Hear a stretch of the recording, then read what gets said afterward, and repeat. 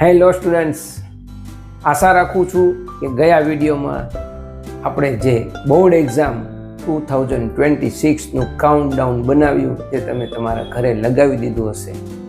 તો હવે સમય છે ગોલ સેટ કરવાનો. શા માટે ગોલ સેટિંગ ખૂબ જરૂરી છે? તમે કલ્પના કરો કે ફૂટબોલનો મેચ ચાલી રહ્યો હોય અને તેમાં ગોલ પોસ્ટ જ ન હોય તો શું થાય? ખેલાડી કઈ ડાયરેક્શનમાં ગોલ કરશે? અને ઘણી વખત વિદ્યાર્થીઓ મહેનત કરતા હોય પણ ગોલ વગર કરતા હોય. તો તમે એફર્ટ્સ આપી રહ્યા છો પણ તમને એનું જે ફળ મળવું જોઈએ ઘણીવાર પ્રોપર ન મળે. માટે ગોલ સેટિંગ ખૂબ જ જરૂરી છે. અને ગોલ સેટિંગ કેવી રીતે કરવું તે એનાથી પણ વધારે જરૂરી છે. ઘણા વિદ્યાર્થીઓ કોઈ મિત્રને ધ્યાનમાં રાખીને કે ભાઈ એના 90% આવે છે, કોઈને 80% આવે છે, તો એને ધ્યાનમાં રાખીને પોતાનો ગોલ બનાવે.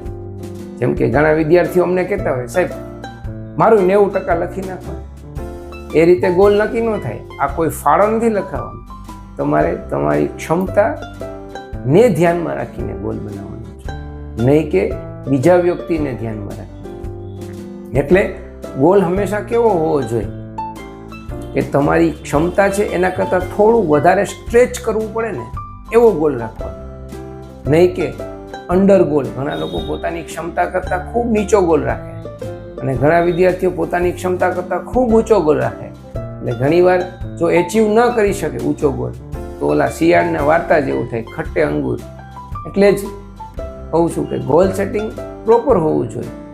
Keep learning and keep growing. Always say, yes, I can. Thank you.